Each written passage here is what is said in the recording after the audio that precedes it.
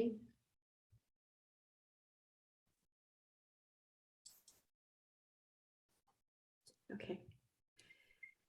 Hello and welcome everyone. Thank you for attending my talk this morning. I am Dr. Christina Han, Associate Professor of History at the Brantford campus of Wilfrid Laurier University. I moved to Brantford in 2013 when I was offered a job at the university. Since then, it's been so wonderful becoming part of this community and learning about its amazing history. I was trained in East Asian history, and here at Laurier Brantford, I teach courses on Asian and world history at the university.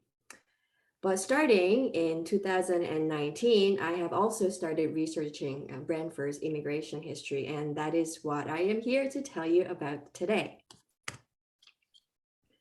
The city of Brantford, Ontario, has prided itself on its long and illustrious history. A village by the Grand River became the #1 exporter of agricultural machinery in the British Empire in the late 19th century. And by 1900, Canada's 3rd largest industrial city. Investors and entrepreneurs poured in, seeking opportunities and fortunes until the demise of major manufacturers in the 1980s. You can all see my screen changing, right? Okay, good. In my research, I have been trying to capture the diverse and complex histories of the city and its people. Powering the industrial machinery were immigrants from around the world who made Brantford one of the most multicultural cities in Canada in the early 20th century, with the largest proportion of foreign-born residents in the country. And that totally blew my mind when I learned about this, because I moved from Toronto to Brantford. And my first impression of Brantford was that it wasn't as multicultural as Toronto. My first project on Brantford's immigration history was a project led by my students. I had my 3rd-year students in a public history course to research the history of Brantford's various immigrant communities and create an exhibit. And it was called Brantford, Our Immigrant Stories. And that was in 2019. Then, together with a group of local historians and community partners, we created the Memories of Brantford project again in 2019. And the first community that we looked at was the Jewish community of Brantford. It was a huge success. I curated an exhibit together with John Campbell, who is also attending this talk this morning. There was also history walk and a live theater. And it was a really, really wonderful opportunity. And a lot of people, we had over 400 people attending the event, which was really surprising. And our research was based on a book by Gerald Tolchinsky, who is a Jewish Canadian historian, born and raised in Brantford. And his memoir entitled Shtetl on the Grand was the base of our research. The second community that we looked at was the Italian community, and there is a website for it. We have a new website, memoriesofbrantford.ca, and it features interview videos and articles and a lot of amazing photos about the Italian community in Brantford.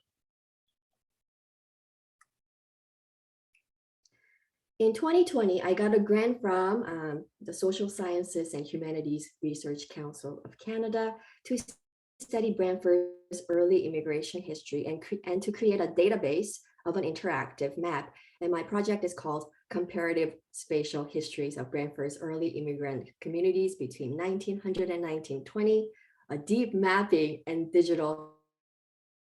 It's a very long and complicated title, but it's not as scary as it sounds. My project investigates, compares, and showcases early spatial histories of Brantford's Armenian, Italian, and Chinese communities through deep mapping and digital storytelling. So based on quantitative and qualitative data drawn from census and city records, local newspaper, archival materials, and information solicited from communities, I'm creating a deep map that visualizes how these 3 communities with distinct immigration patterns developed over the 2 decades. And The software I am using is called Hurist. It's a web-based database and mapping interface designed for humanities research. And I'm using this to visualize the spatial, temporal, and textual and visual data for a comparative analysis of Brantford's immigration history. Hurist is a very interesting software, and when my map is done, you will be able to access it online, open access to everyone. Hurist was designed used to design the Digital Harlem project, which maps out everyday life in Harlem between 1915 and 1930. It's a very interesting project, and this is what it looks like. It shows locations of various events that took place. And this is what my base map looks like, which I built from the old fire insurance maps of Brantford. I'm still building my map and I'm still constructing the database, but once it's done, again, you should be able to access it and it'll be really, really fun.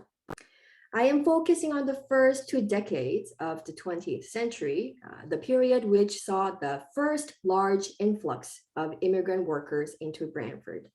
By 1907, the city identified the growing presence of these foreigners as an important economic, social, and cultural issue to be dealt with. And after much public debate, a number of services were introduced to help assimilate the foreigners to Canadian life. And by the end of World War I, Brantford was home to over 3,000 immigrants from 34 countries, with roughly 500 Armenians, 160 Italians, and 110 Chinese. And this shows how many immigrants were from each country. The Armenians were mostly industrial workers who were actively recruited by the city's major manufacturer, the Cockshot Plough Company. And by 1915, Brantford became home to Canada's largest Armenian community. They initially saw themselves as sojourners, but with the outbreak of World War I and the ensuing Armenian genocide, they decided to settle.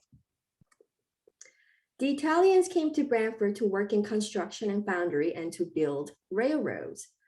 The community that started with 2 families in 1903 grew steadily, and in 1914, the first Italian grocery store was established in Brantford. Now, the Chinese are the most understudied community of the 3. The early Chinese residents of Brantford were manual laborers and entrepreneurs who appear to have moved to the city after working in railway construction and mining elsewhere. The Armenian workers later became active members of the city's growing labor movement and organized 2 strikes in 1906, which I'll get to. The Italians helped build many elements of the city's infrastructure. The Chinese entrepreneurs provided food and laundry services to the working class people of downtown. And what you're looking at here is Brantford's famous Hollywood Cafe, which was a Chinese-owned restaurant. And I purchased a postcard of a Hollywood Cafe that says, in Brantford, it's Hollywood restaurant specializing in steak dinners and Chinese dishes. Wonderful postcard to keep. Now I want to share with you some interesting articles I found about the 2 lesser known communities, Armenians and Chinese. You can visit our Memories of Brantford.ca website to read articles about the Italians, but since I'm only given 30 minutes, I figured I should focus on the 2 lesser known communities. I'll spend more time on the Chinese community because very few people realize the long and fascinating history of Brantford's Chinese community. Now let's start with the Armenians. Early Canadian oral history reveals that a member of one of the Cockshot family, owner of the Cockshot Plough Company, went to Constantinople in the 1880s and recruited 10 Armenian workers. And soon other Armenians began to arrive in the Southern Ontario industrial towns of Hamilton, Brantford, and St. Catharines in search of employment. Brantfordians showed great concern for Armenians during the Armenian massacre in Turkey. So this is an article from 1895 from Brantford Expositor, and it says Armenia again, right? 12,000 Armenians to be massacred. Many in Brantford began fundraising to help Armenians. Churches contributed to help Armenian Christians, such as Brant Avenue Church, and they hosted children's entertainment for relief of the Armenian sufferers. And this article from the one on the right is from January 27th, and it shows all the people that contributed to Armenian relief. And the list gets longer and longer as the years went by. Some Armenian students and clergy came to Brantford to give lectures on the terrible massacres in their homeland.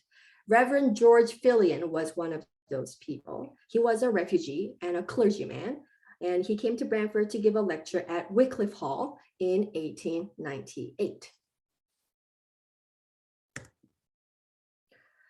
Early Armenians in Brantford had access to education, and this article from 1902 shows that they attended a technical school in Brantford. The article tells us that their education was paid for by the late Ignatius Cockshut.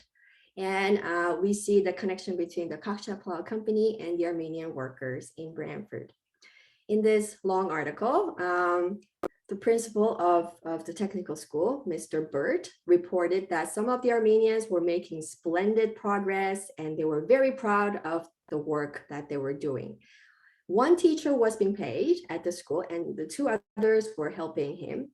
The Armenians helped each other and seemed to be enjoying going to school. And this was an evening school because during the day they worked. And the teacher they hired was from Kingston.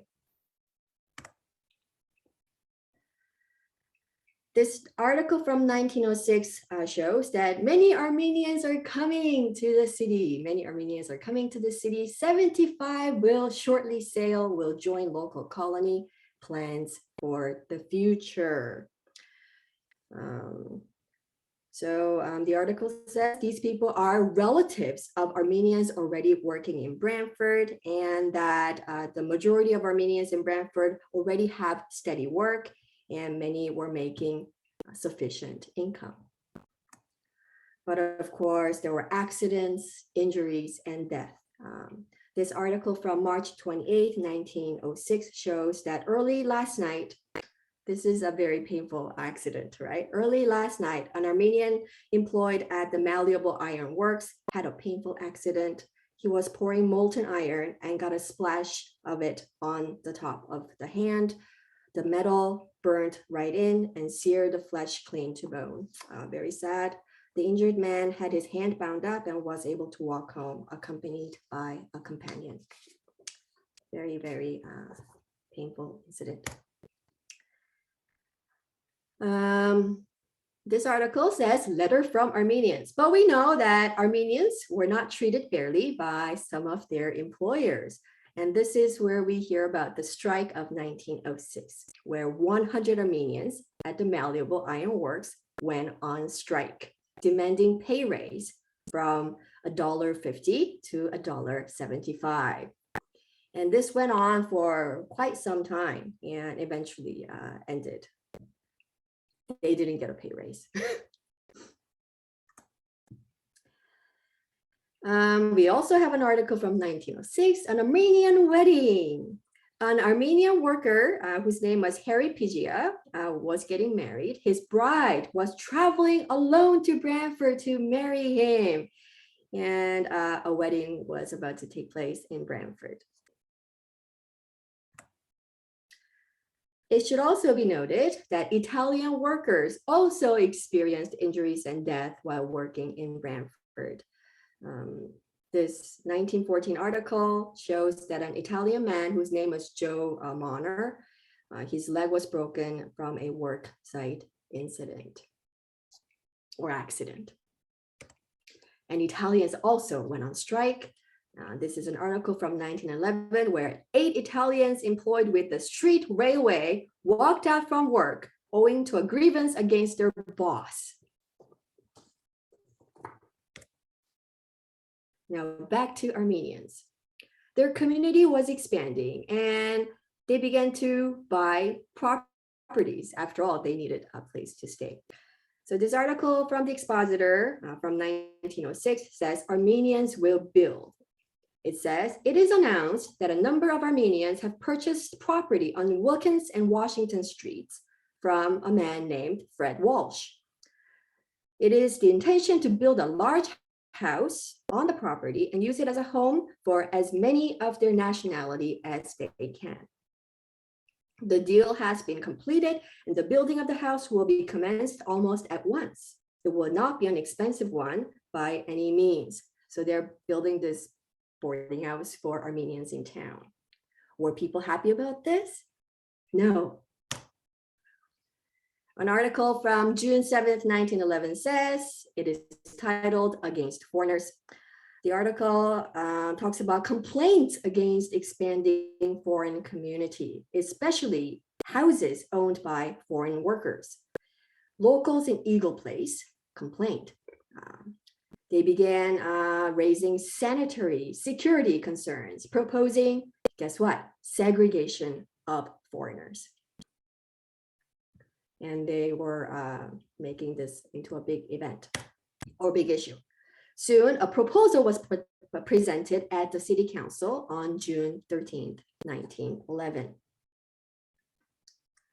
about the whole idea of segregating foreigners in Brantford. Then a Brantford pastor, whose name was Dr. Scott, he was a pastor of Colborne Street Methodist Church, responded to this idea of segregation and said segregation would not solve the problem. Instead, locals should cooperate to aid in improving living conditions of foreigners in Brantford and assist them so they can be good citizens. And that is the article that Dr. Scott wrote, and that is the postcard image of Colborne Street Methodist Church. Eventually, the city decided that segregation was not possible, and instead, they would start a campaign for improving conditions among the foreigners. But despite the complaints from some people, we learned that foreigners in Brantford were law-abiding citizens.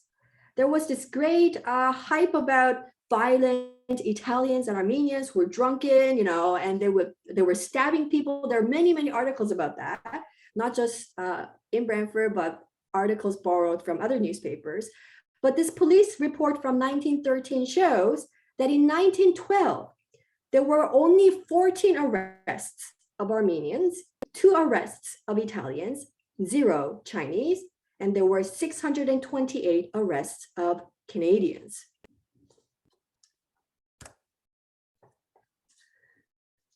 This article from 1914 shows that some Armenians were now seeking naturalization. They wanted to be Canadians. And during war years, local Armenian, whose name was Armen, I'll say this right, Amerkanian, he published an English language magazine called Free Armenia in Brantford to help promote Armenian cause. And Armen himself fought for Canada during World War I. In 1915, many Brantfordians were doing fundraising to help Armenian refugees. And there was a committee for the Armenian refugees established in Brantford. So they were very, very active. And there was also fundraising for Italians, helping Italian Red Cross. Now to the Chinese. I hope I have enough time. An interesting Expositor article from 1883 says this: wanted, a steam laundry. The writer of the article says the city needs more laundry businesses. He writes, we have not a single good laundry in the city. Those who pretend to do the work either destroy the material or return the articles so imperfectly mangled that one is thoroughly disgusted. A first-class steam laundry would pay well here. Even a Chinaman would be preferable to those we have. 4 years later, in 1887,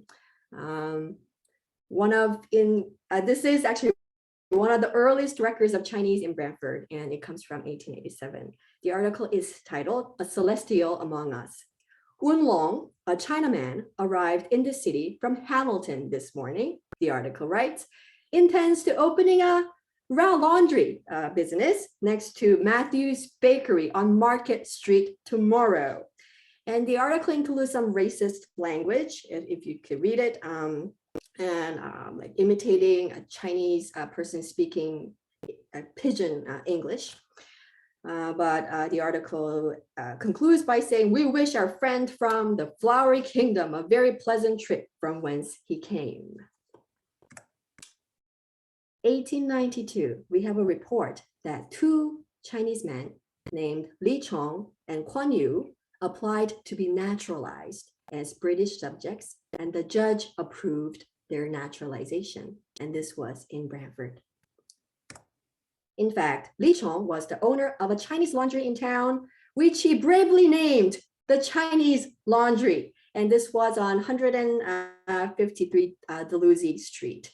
And this advertisement from Brantford Expositor says, we do the best work in the city on shirts, colors, cups, etc. Right? And the business opened in January of 1897. A week later, in the Expositor, we see Li Chong's notice to the public. Very interesting.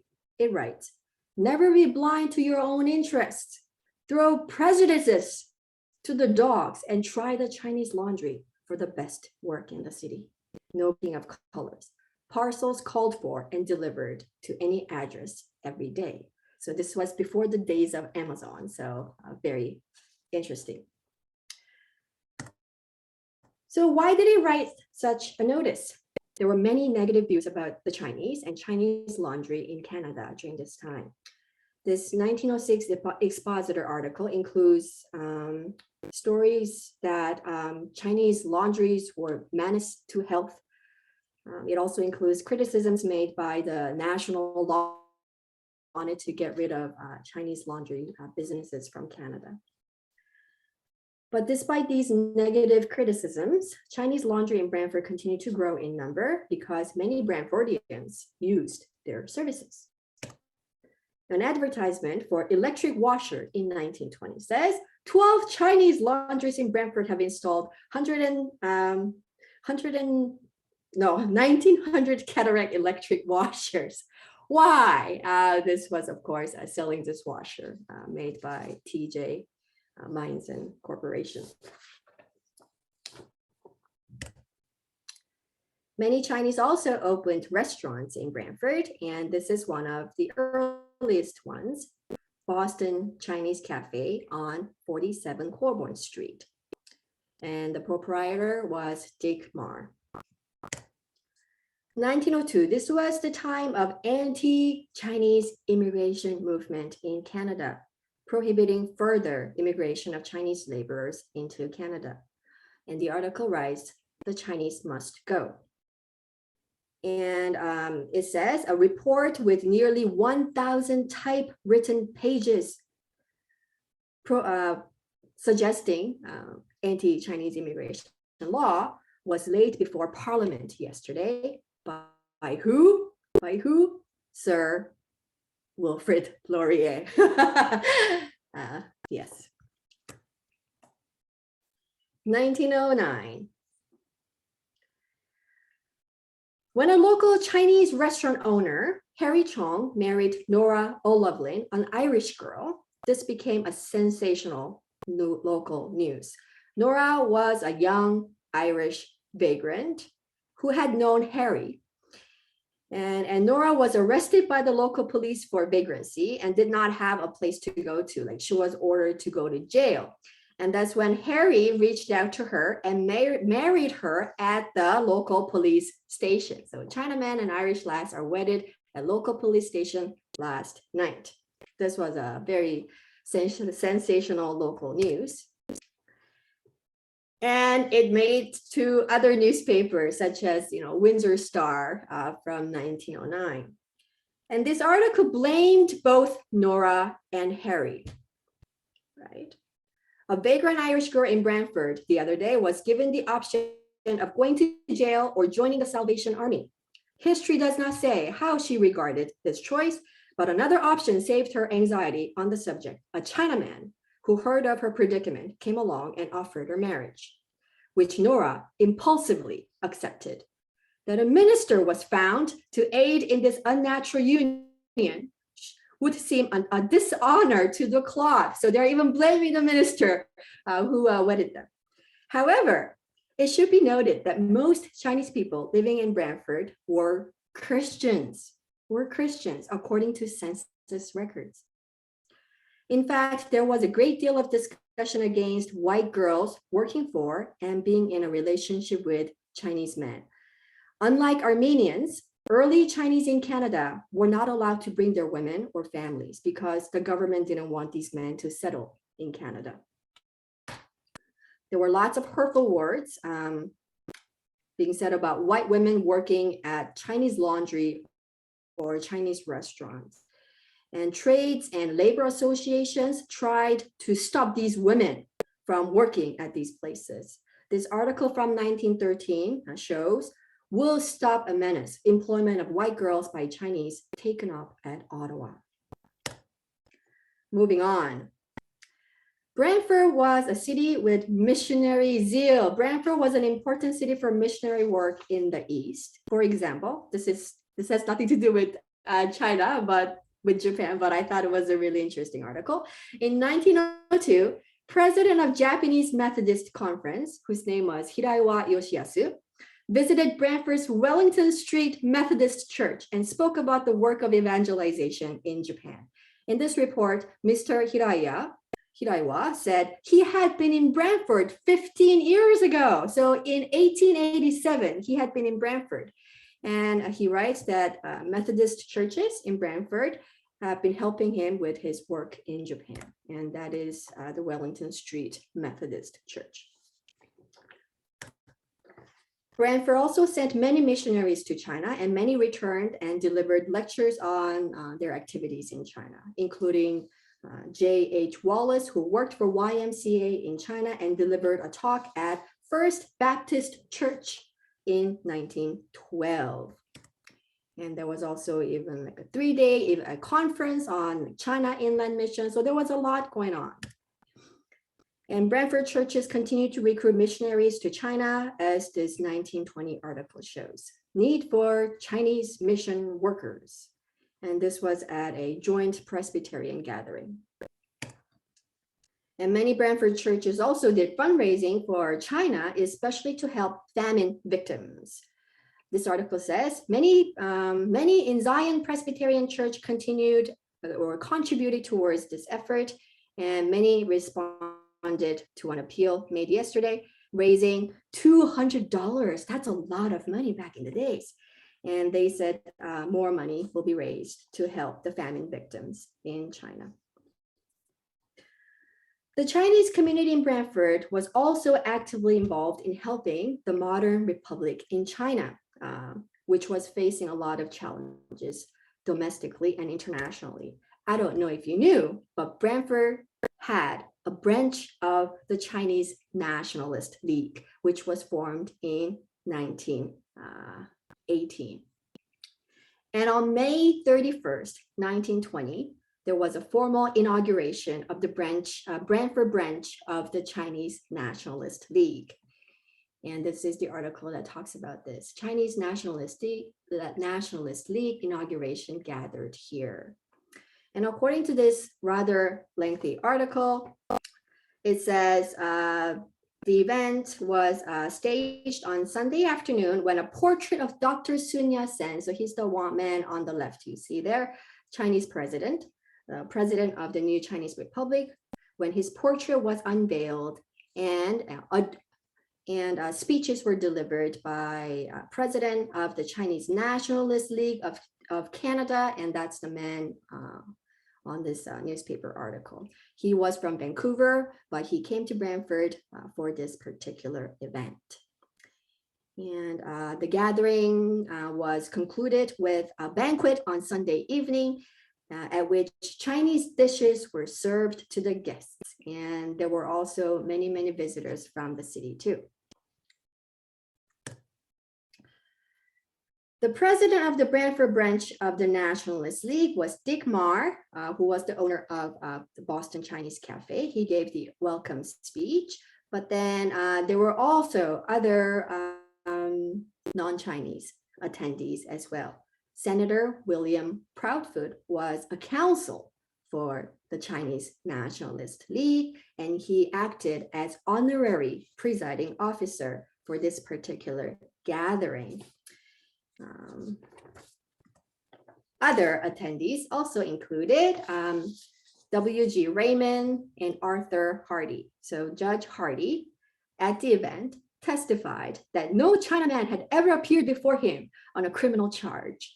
And all these gentlemen said the Chinese were, the local Chinese were great for Brantford's economy, and they were law-abiding citizens. The banquet in the evening took place at Royal Cafe, which was on 15 Queen Street. And they even had the entire menu that was served on that night, which I will not read. Well, I could. They had appetizers, soup, bird's nest soup, fillet of fresh fish special. For entrees, they had braised abalone and rice sponge. And they also had steamed chicken with chestnut dressing, salad, and dessert, and oolong tea. Yum.